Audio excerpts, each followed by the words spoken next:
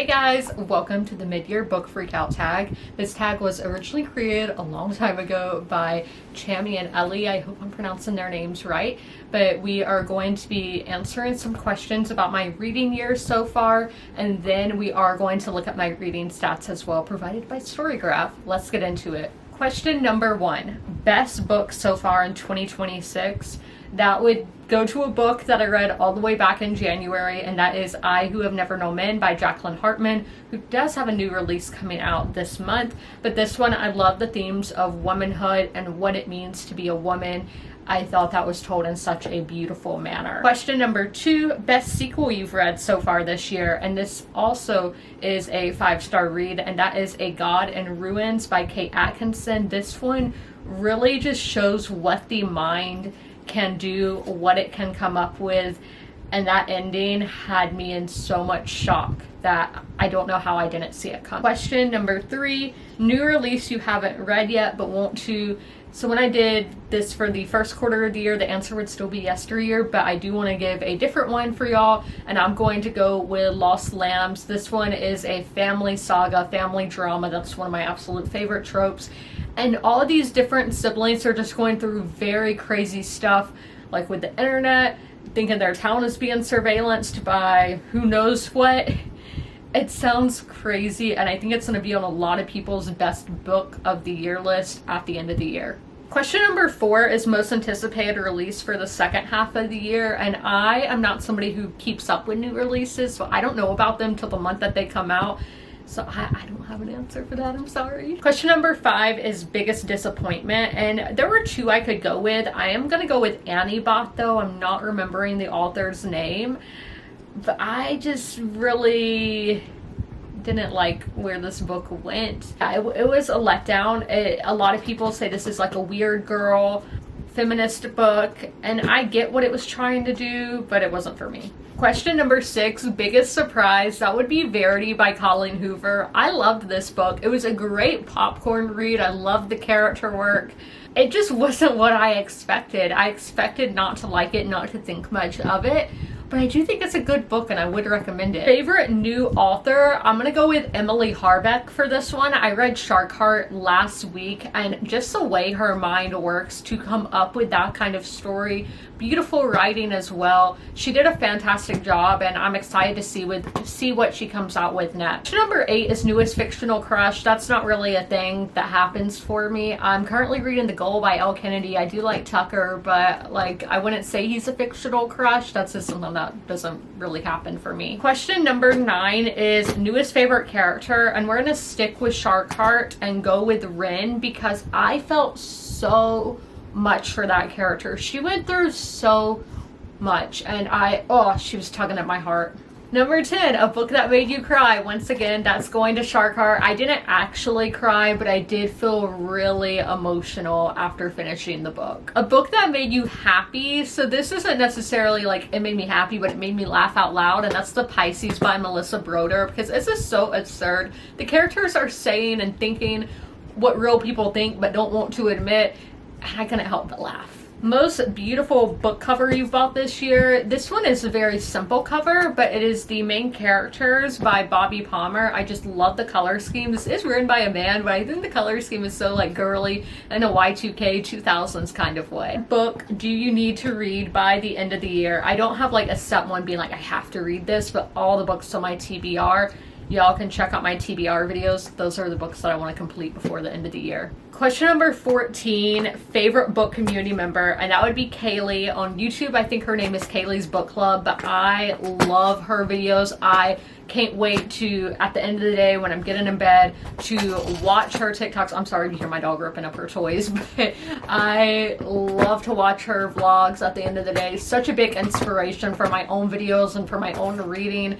Love Kaylee's channels on all the social medias. So let's go look at my reading stats now. So I actually forgot to take a picture of my stats on the last day of June. This is as of yesterday. It's not exactly perfect. I'm sorry about that, but it happens. It's close enough. Books read, I've read 63 books. That equals out to 9,979 pages. My average time to finish a book is 9 days, We're gonna look at the big 3 of the moods, but I am leaving that all on there for y'all to see. Reflective, emotional, and dark, which that's what it always is, right? I like my books to make me think. I like my books to make me feel. For pacing, that is something that is pretty subjective, so I'm not sure how they come up with this info. But 60% have been medium paced, which I am happy about. 22% have been slow paced, and 18% have been fast paced.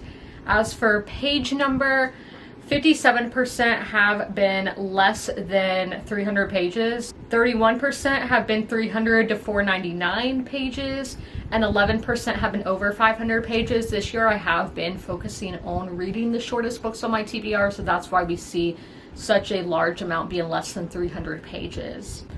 For audiobook length, 46% have been less than 8 hours. So again, that's going with those short books. 43% have been 8 hours to 15 hours and 59 minutes, and 11% have been over 16 hours. For fiction versus nonfiction, I am pretty happy with this. I've read 77% fiction and 23% nonfiction. For genres, again, I'm just gonna read the big 3, but y'all can see all of this.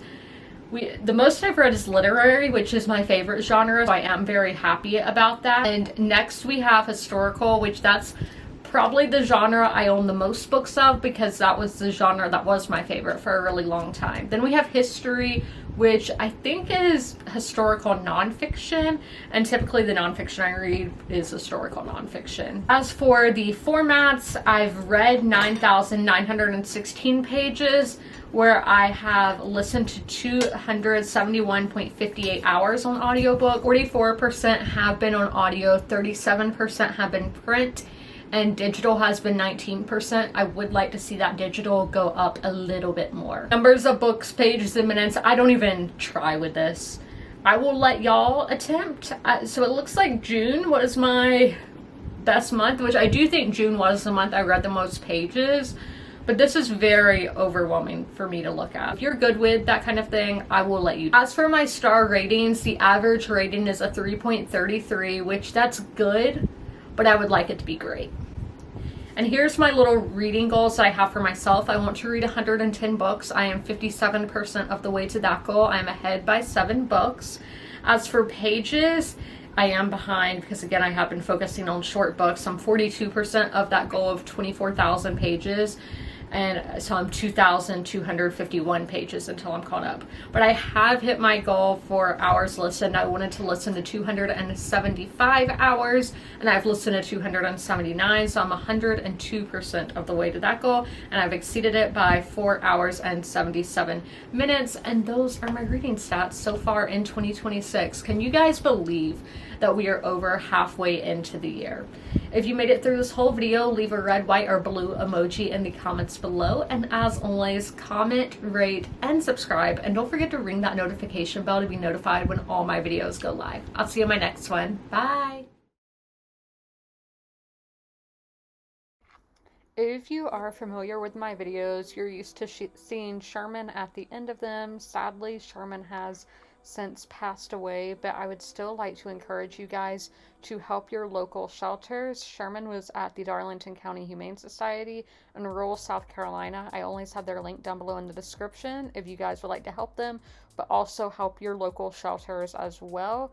You can do that by donating, sharing posts like this one, volunteering, fostering, and adopting, which it's great to do all of those things.